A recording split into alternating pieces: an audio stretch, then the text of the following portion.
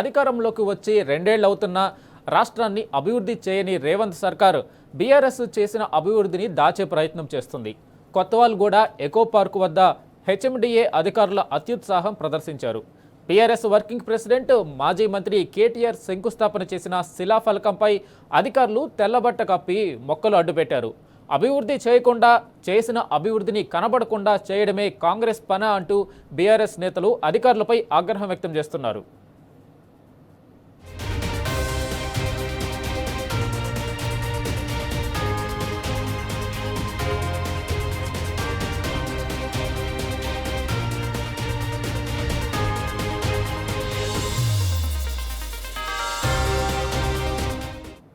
ఇక ఇదే అంశంపై మరింత సమాచారం మా ప్రతినిధి కిరణ్ అందిస్తారు. కిరణ్, చెప్పండి, ఈ ఘటనకు సంబంధించి అప్డేట్ ఏంటి?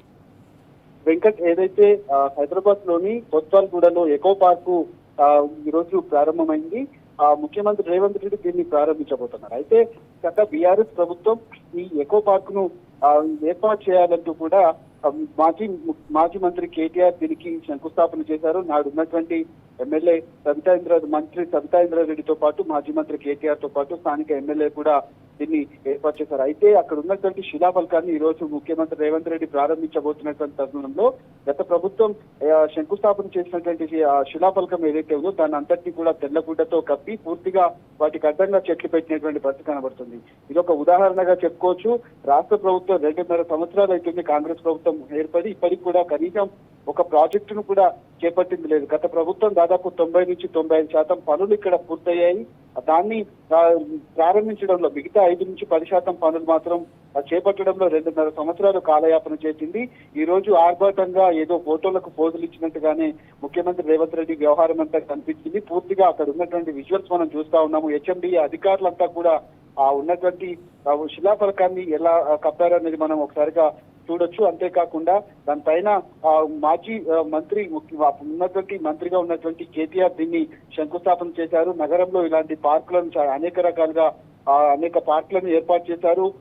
ఆక్సిజన్ పార్క్ కావచ్చు, ఇప్పుడు ఉన్నటువంటి ఎకో పార్క్ కావచ్చు, ల్యాండ్స్కేప్ పార్క్ కావచ్చు, ఇలాంటి చాలా పార్కులను ఏర్పాటు చేశారు. అయితే గతంలో కూడా ఫ్లైఓవర్లు అన్ని కూడా దాదాపు 42 ఫ్లైఓవర్లు గాను 40 ఫ్లైఓవర్లు గత ప్రభుత్వమే ఏర్పాటు చేసింది.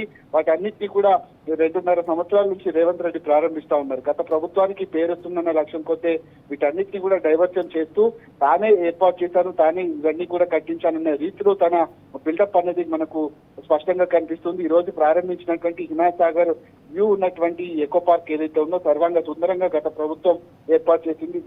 విదేశీ పక్షులు కావచ్చు, అంతేకాకుండా ఆహ్లాదకరమైనటువంటి వాతావరణాన్ని అందించేటువంటి లక్ష్యంతో ఒక స్కై వాక్ తో పాటు చాలా వరకు అక్కడ అనేక రకాల పనులను కూడా గత ప్రభుత్వమే చేపట్టింది. 90% పనులు గత ప్రభుత్వం చేపట్టినప్పటికీ 10% పనులు చేయడంలో తీవ్ర తాత్సారం చేసింది, తీవ్ర ఆలస్యం చేసింది. ఇప్పుడు దాన్ని ప్రారంభించినటువంటి తరుణం మనకు కనిపిస్తుంది. ఆ శిలాఫలకానికి తెల్ల గుడ్డ కట్టి చెట్లు అడ్డం పెట్టినటువంటి అధికారుల తీరు పైన కూడా అక్కడికి వచ్చినటువంటి వాళ్ళంతా కూడా ముక్కున వేలు వేసుకుంటున్నటువంటి సందర్భాలు అయితే మనకు కనిపిస్తా ఉన్నాయి.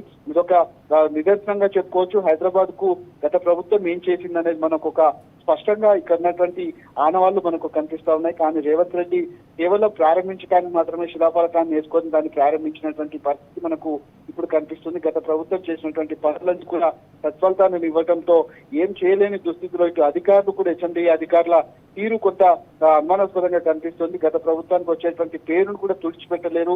పూర్తిగా అక్కడ ఉన్నటువంటి ఆనవాళ్ళు అనేది ముందుగా స్పష్టంగా కనిపిస్తున్నటువంటి పరిస్థితులు అయితే మనకు కనిపిస్తున్నాయి. ఈ నేపథ్యంలో ఎకో పార్క్ కు సంబంధించినటువంటి ఘటన ఇందుకు ఉదాహరణగా మనం చెప్పుకోవచ్చు. Right, thank you Kiran.